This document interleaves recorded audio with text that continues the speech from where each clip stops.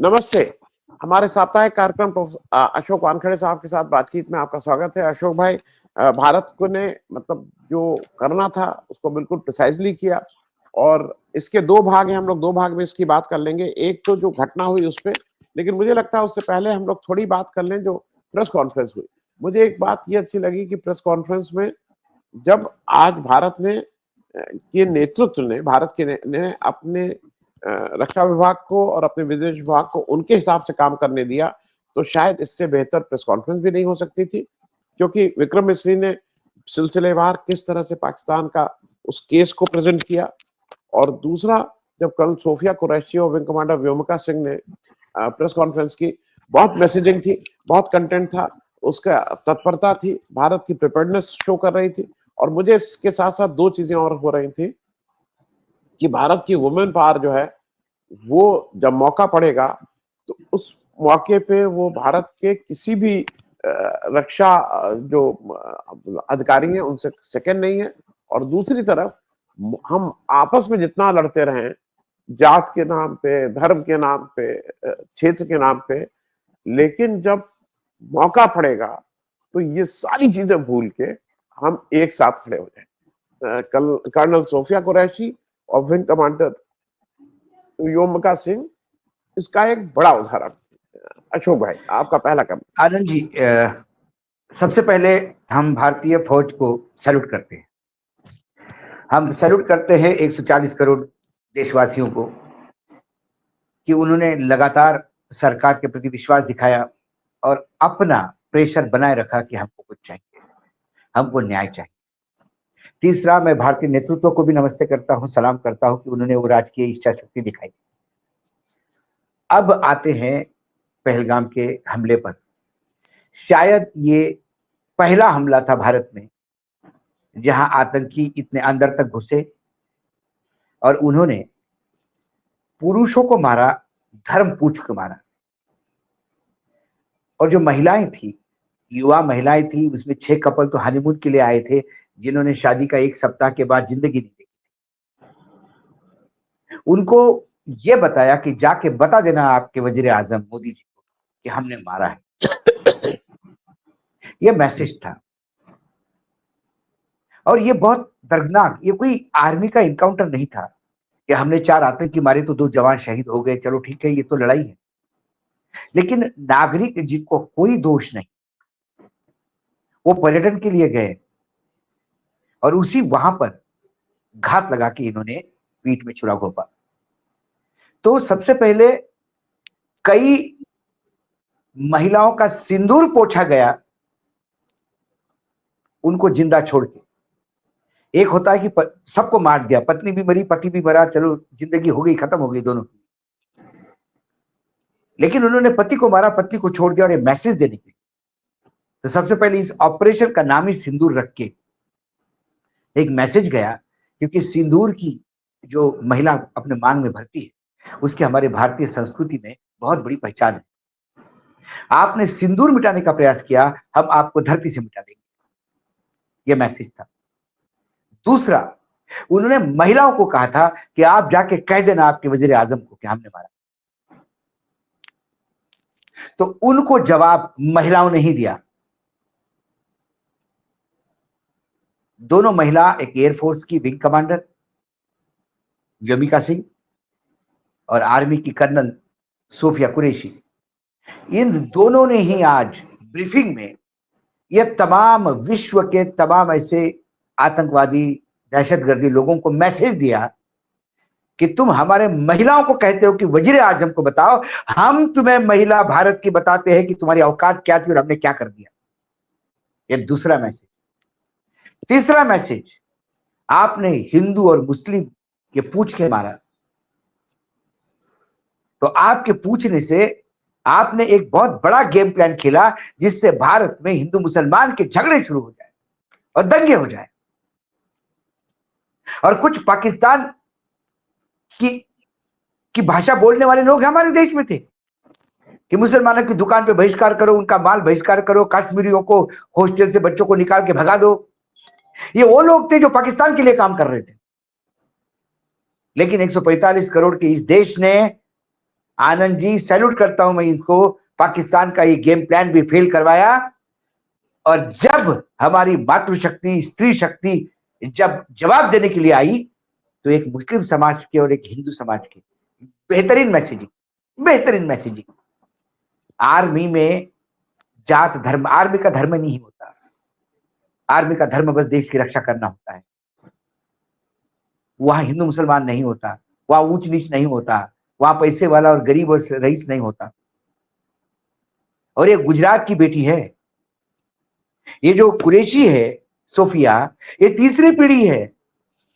इसके दादा आर्मी में थे, इसके पिता फौज में थे, और ये तीसरी पीढ़ी है फौज में, और गुजरात से। एक बार मैंने किसी प्रोग्राम में बोल दिया था कि गुजराती क्या जाने शहादत क्या होती है, गुजरात से कितने लोग आर्मी में जाते हैं।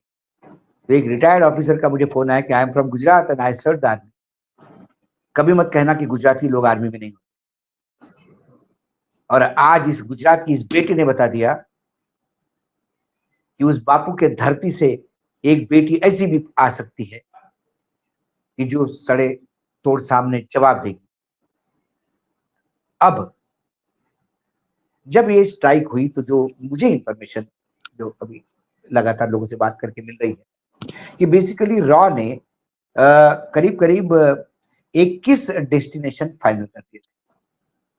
रॉ का इनपुट था 21 डेस्टिनेशन फाइनल। और जब ये हमला हुआ तो उसके बाद लगातार बढ़ता हुआ प्रेशर पार्टी के अंदर, कलीग्स के अंदर, सभी। तो फिर जब 3 तारीख को एक मीटिंग हुई जिसमें तीनों फोर्सेस की चीफ भी थे, गृह मंत्री भी थे, एनएसए भी थे, प्रधानमंत्री भी थे, विदेश मंत्री भी थे, और इस मीटिंग में इस प्लान को तय करने का तय कर लिया कि 3 तारीख को यह तय हुआ कि एक अटैक करना होगा इन 21 सेंटरों में से। फिर 5 तारीख को जब फोर्सेस ने अपना डिजाइन दिया तो वो ओके हो गया। लेकिन उसके बाद जो स्थिति हुई, आप इमेजिन करिए, 3 तारीख से लेके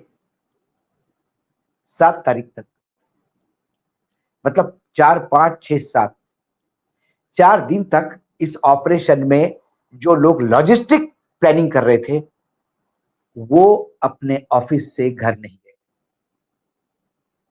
इतनी सीक्रेसी बताई गई। प्रिसाइजली टारगेट अपने पास थे, उसी हिसाब से एम्यूनिशन यूज हुआ। जो स्क्रैप मिसाइल थी उसका उपयोग हो गया, क्योंकि जो अजहर मसूद का जो अड्डा था वो 100 किलोमीटर के आसपास था, तो उनको लगा कि इतना दूर तो आ ही नहीं सकते। स्क्रैप मिसाइल ने वो काम करके दिया। और जो हैमर था बॉम्ब, उसने तो बाकी बचा हुआ कम खत्म कर दिया। बिल्डिंग तहस नहस हुई है। कैजुअलिटीज कितनी हुई इसका कोई आंकड़ा नहीं। मतलब आज हम ये मैं बड़ा फ्रैंकली बताता हूं, मैं ये नहीं कह रहा हूं कि मरे नहीं। मेरा ये कहना है कि जो 30-35 का आंकड़ा आ रहा है और जो दूसरा आंकड़ा आ रहा है कि कितने लोग वहां ट्रेनिंग ले रहे थे, और जो नेस्तनाबूद हुई बिल्डिंगें है, जो मलबा है, उसको देख के लगता है मुझे कि कैजुअलिटीज तो सैकड़ों में होगी।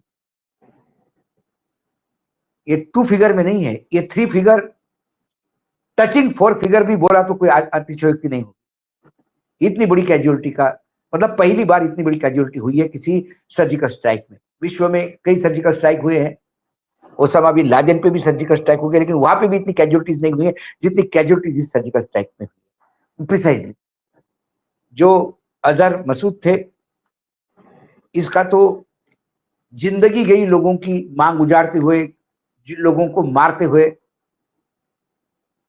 इसके चक्कर में सैकड़ों ने अपने नजदीकियों को खोया है। आज उसके परिवार के 10 लोग मारे गए। उसमें एक उसका बहुत ही प्यारा भतीजा हैजैफा, वो मारा गया, खबर है। उसका भाई बहुत बुरी तरह से इंजर्ड है, बचना बहुत मुश्किल लग रहा है। उसकी बहन उसको मिलने आई थी, वो मारी गई। उसके परिवार के 10 लोग मारे गए और वो रो रो के बुरे हाल है उसके, जो रिपोर्ट्स बताती है। वो कहता था कि मैं क्यों नहीं मरा, मैं क्यों बचा। आज मैं पहली बार मुझे लगा कि अच्छा हुआ ये नहीं मरा। ये मर जाता था तो अपने के खोने का दुख ये कैसे झेलता। आज इसका परिवार नेस्तनाबूत हुआ है और आज ये आंसुओं से रो रहा है, खून के आंसुओं से रो रहा है। यह है प्रायश्चित। इसी कोई दो जख नहीं है, ना कोई स्वर्ग है ना कोई नरक है, सब यही है। अब बाकी बची हुई जिंदगी नरकी यातना भोगेगा ये, क्योंकि पार्लियामेंट अटैक से लेके पठानकोट तक ये सारा मास्टरमाइंड यही था। ये वही है जिसको बाकायदा गन पॉइंट पे प्लेन हाईजैक करके छुड़वाया गया था। तो ये इतने सीक्रेसी के साथ हुआ है मामला। लेकिन एक बार बार मैं कहता हूं कि इस पे हमें रुकना नहीं। देखिए, पाकिस्तान के साथ 2 युद्ध हुए हमारे।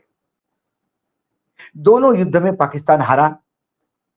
एक युद्ध में तो पाकिस्तान के टुकड़े कर दिए हमने, बांग्लादेश अलग कर दिया। तीसरा एक मिनी वॉर खेला गया, कारगिल, उसमें बुरी तरह से मार खाई पाकिस्तान ने। उसके बाद सर्जिकल स्ट्राइक हुई, उसके बाद एयर स्ट्राइक हुई। इतना होने के बावजूद भी ये बाज आने को तैयार नहीं, फिर आतंकी भेजता है।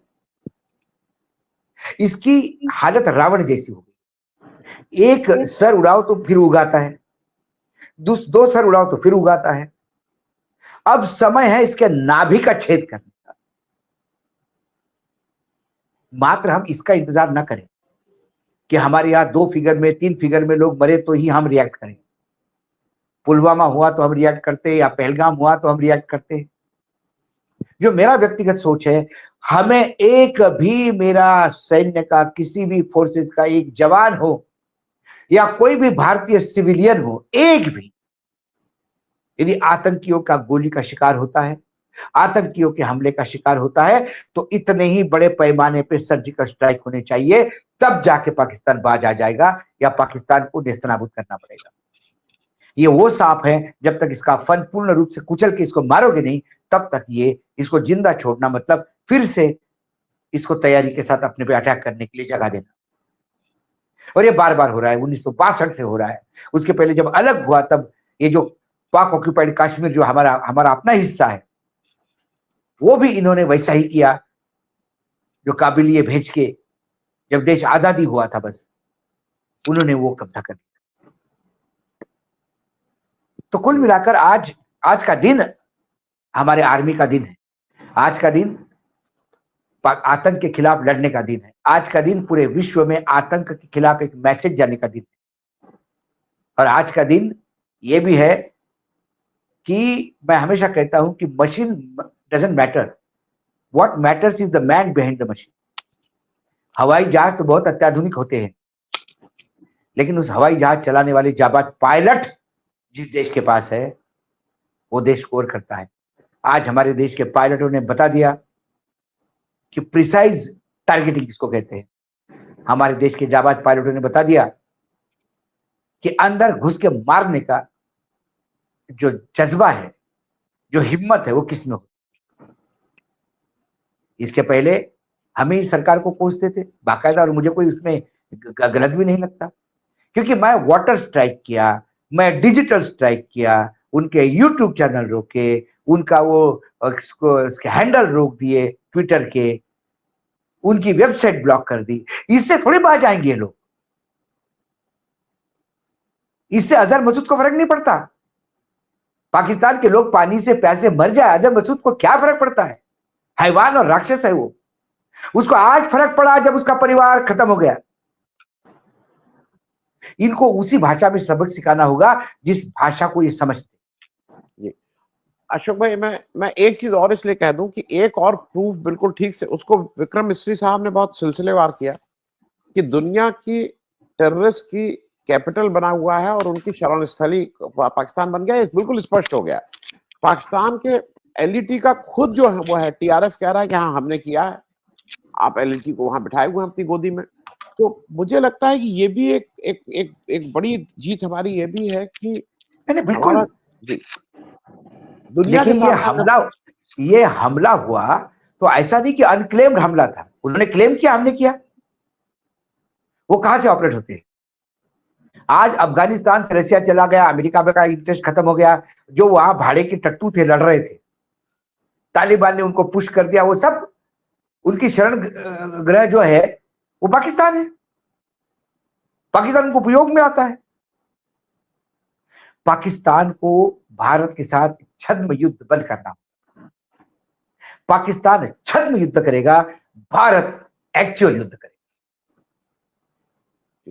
और क्या है, ये तीसरा है मामला। पहला सर्जिकल स्ट्राइक, दूसरा एयर स्ट्राइक, नहीं मैं और ये इसको, तीसरा। जी अशोक भाई, नहीं, और अपना केस भी हमने ठीक से प्रेजेंट किया है देश दुनिया के सामने, क्योंकि अब पूरी दुनिया इसका वो है। और अभी तक देखिए जो मैंने जितना दुनिया देखा, का क्या है, दुनिया बड़ी बेदिल है साहब। जब पाकिस्तान ने हमला किया तो आतंकवाद का सबने विरोध किया। पाकिस्तान का विरोध करने में क्या क्या जीभ झड़ रही थी, क्या पसीने आ रहे थे क्या? अमेरिका जैसा देश जिसको भारत इतना लूट लूट के दे रहा है, वो भी कह रहा था कि they are both our my friend and both the leaders I know they have been fighting with the for Kashmir for last 1500 years. वो भी एक को पड़ बैठा है वहां पे। वो दिन नहीं रहे कि वहां से 7वां बेड़ा निकला अमेरिका से, तो यहां से रशिया ने पनडुब्बी छोड़ दी और भारत ने बांग्लादेश बना दिया। हाँ, एक बात अच्छी है कि भारत ने सबको आगाह कर दिया, भारत ने सबको इन्फॉर्म कर दिया हमले के पहले रात को ही कि we are striking, that's it. कहां स्ट्राइक कर रहा, कैसा ही कोई बताने की जरूरत नहीं, लेकिन हम आज स्ट्राइक करेंगे। और भारत ने हमला कर दिया। तो ये नहीं कह सकता ब्रिटेन, ये नहीं कह सकता अमेरिका, ये नहीं कह सकता रशिया कि हमको पता नहीं। हमने स्ट्राइक कर दिया और हमने प्रिसाइजली हमने आतंकियों के गढ़ ध्वस्त किए। विजुअल्स है। ये बात अलग है कि कुछ लोग कहते हैं कि सिविलियन मर गए, सिविलियन मर गए, सिविलियन मर गए।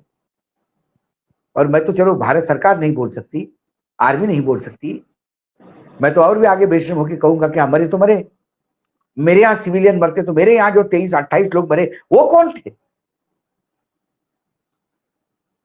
मेरे देश के सिविलियन सिविलियन है, तुम्हारे देश के मतलब सिविलियन नहीं है, तुम्हारे देश के सिविलियन सिविलियन हो गए। जो पीड़ा मेरे देश ने उठाई है 25 लाख से अपने कंधे पे उठाने की, और नेपाल के 3 टूरिस्ट हमारे भाई विश्वास के साथ आए थे, वो पीड़ा जरा तुम भी झेलो, तब तुम्हें पता पड़ेगा दर्द क्या होता है। मैं और मैं ये अब इसके बाद जो दूसरी जो चिंता की बात है कि क्रॉस बॉर्डर फायरिंग बहुत हेवी हो रहा है। हम बिल्कुल माकूल जवाब दे रहे हैं, लेकिन 10 सिविलियन जाने की जान गई ऐसा खबर है, इसका भी बदला लेना चाहिए। जी, मुझे, मैं एक चीज और अशोक भाई इसलिए इसको करके तो वो करेंगे, देखिए बिल्कुल स्पेसिफिक, बिल्कुल सामने दिखाई दे रहा था। उनके 2 मंसूबे थे। एक मंसूबा उनका ये था कि इसको स्ट्राइक करके और धर्म का नाम वाम पूछ के इसको हिंदू मुस्लिम का रूप दो, जिससे उनको लगता है कि ये भारत में बहुत आसानी से चल जाएगा। दूसरा, कश्मीर में पर्यटन बढ़ रहा था और पर्यटन बढ़ने से उनकी आमदनी तो हो ही रही थी, उसको भी वो उस नहीं पे नहीं, हमला था, देखिए वो हमला था। कश्मीर में जब भी विकास होगा उनको तकलीफ होगी, वो तो वो था ही, लेकिन हिंदू मुसलमान करने का एक बड़ा षड्यंत्र था।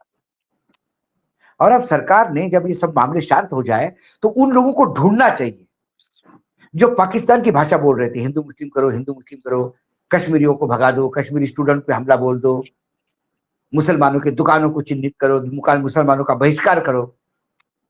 ये वो बात बोल रहे थे जो पाकिस्तान चाहता था। तो ऐसे लोगों को ढूंढ के इनके ऊपर मुकदमे चलने चाहिए।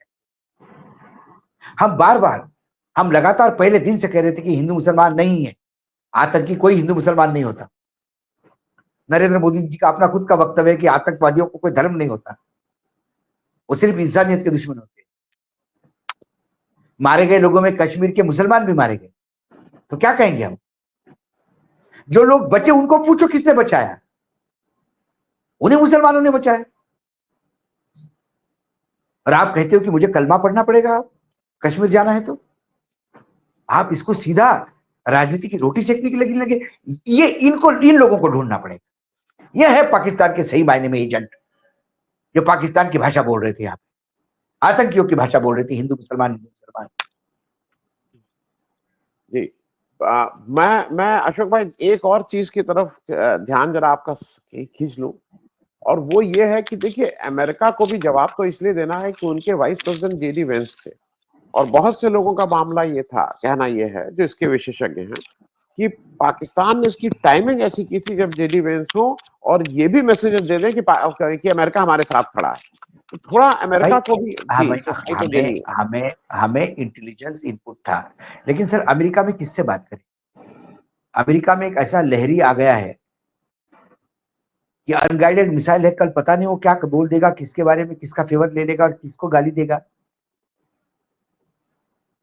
जो ये कहे कि 1500 साल से लड़ रहे कश्मीर पे, अरे 1500 साल पहले क्या था? पाकिस्तान भी नहीं था तो लड़ेंगे कहां से? कब जम्मू कश्मीर में हिंदू मुसलमान कब होता था? वहां हिंदू राजा था, मुसलमान ज्यादा थे, लेकिन इसके बावजूद भी सब चल ही रहा था। तो ये क्या मतलब, you want to have cake and eat it too, that is the problem with this American policies. आपको पाकिस्तान भी चाहिए, आपको भारत भी चाहिए। आपको भारत चाहिए तो दादागिरी से चाहिए, और लेकिन भारत ने बता दिया कोई साथ हो ना हो, भारत अपने आप में इतना मुकम्मिल है, भारत अपने आप में इतना स्वयंभू है कि वो अपनी रक्षा खुद कर सकता है और अपने पे हुए हमले का जवाब भी दे सकता है। एक मायने से अच्छा भी हुआ, कोई खुल के साथ में नहीं आया तो भी हमने करके दिखाया। तो एक भारत की एक ताकत भी उभर के आ गई। जी जी। मैं अंतिम एक बात इसलिए इसको कर लूं क्योंकि मुझे ऐसा लगता है कि पाकिस्तान अपने किए में ऐसा फंस चुका है, अगर वो एस्केलेट करता है तो उसको समझ है कि भारत इस मौके को गवाएगा नहीं। अब क्योंकि जनता का प्रेशर है, इस समय पीओके एक दिन में 10 घंटे 5 घंटे के अंदर उसके हाथ से निकल जाए। 5-10 घंटे ये पूरे दिन और की वो लड़ाई जिनके भरोसे थे उनके उधर से आवाज भी नहीं आ रही है। वो चाइना के भरोसे थे, आवाज नहीं आ रही वहां से, तो या चाइना में अभी तक खबर ही नहीं पहुंची कि अटैक हुआ है। और मैं इसको समाप्त करूंगा अशोक भाई, मैं अमेरिका में हूं, मुझे एक जहाज पकड़ने जाना है।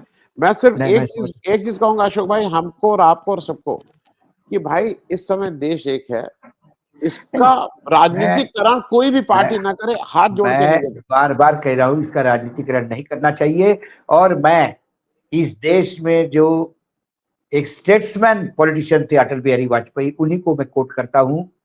जब कांग्रेस की सरकार ने यूनाइटेड नेशंस में भारत का पक्ष रखने के लिए अटल जी को भेजा, तो पाकिस्तानी डेलीगेट ने अटल जी को कहा आप तो वहां विपक्ष के नेता है, आप कैसे आ गए? तो उन्होंने कहा कि भारत मेरा एक बगीचा है और उस बगीचे में विभिन्न रंगों के विभिन्न खुशबुओं के फूल खिलते हैं। जब हमारे बगीचे में हम कंपेयर करते हैं कि इसका फूल अच्छा कि इसका खुशबू अच्छी, लेकिन जब विश्व पटल पे जाते हैं तो वो बुके जाता है, वो गुलदस्ता जाता है। और मैं गुलदस्ता हूं भारत की राजनीति का। गुलदस्ते में सभी रंग के, सभी खुशबू के, सभी प्रकार के फूल होते हैं। तो जब विश्व पटल पे हम हैं तो हम गुलदस्ता है। हम हमारे इसमें कहेंगे कि कमल अच्छा, कि गुलाब अच्छा, कि गेंदा अच्छा, ये हम आपस में कर लेंगे तय। लेकिन जब विश्व में जाएगा भारत तो गुलदस्ते के साथ जाएगा, जिसमें कमल भी होगा, जिसमें गेंदा भी होगा, जिसमें ट्यूलिप भी होगा, जिसमें गुलाब भी होंगे। यह है।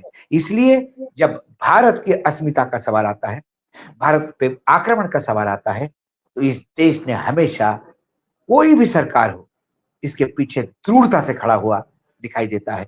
और यही कारण है कि कोई भी प्रधानमंत्री हो, चाहे इंदिरा गांधी जैसी दुर्गा, जिसको लोग कहते थे आक्रामक शक्ति हो, या फिर हमारे लाल बहादुर शास्त्री हो, जो सबसे सौम्य प्रधानमंत्री माने जाते थे, चाहे फिर अटल जी हो, चाहे फिर राहुल गांधी हो, राजीव गांधी हो, या चाहे फिर नरेंद्र मोदी जी, ये लोग इसलिए ये सारी चीजें कर पाते हैं क्योंकि भारत का पूरा समाज, भारत पूरा एक मुट्ठी बंद होके उनके पीछे हिमालय जैसा खड़ा होता है। और ये संकट की घड़ी थी, वो जो मारे गए लोग थे, वो गुजरात के भी थे, महाराष्ट्र के भी थे, तमिलनाडु भी थे, नेपाल भी थे, विभिन्न राज्यों से आए थे। चलिए अशोक भाई, बहुत बहुत धन्यवाद और शुक्रिया। और मेरे ख्याल में अगले हफ्ते तक एक बहुत ही तस्वीर और भी साफ हो जाएगी कि बहुत साफ हो जाएगी। एक बार फिर अंतिम भी हम नमस्ते करने के बजाय जय हिंद कहे। हाँ जी, जय हिंद, क्योंकि आज वाकई जय हिंद का दिन है। दिन है, सही बात। जय हिंद अशोक, जय हिंद।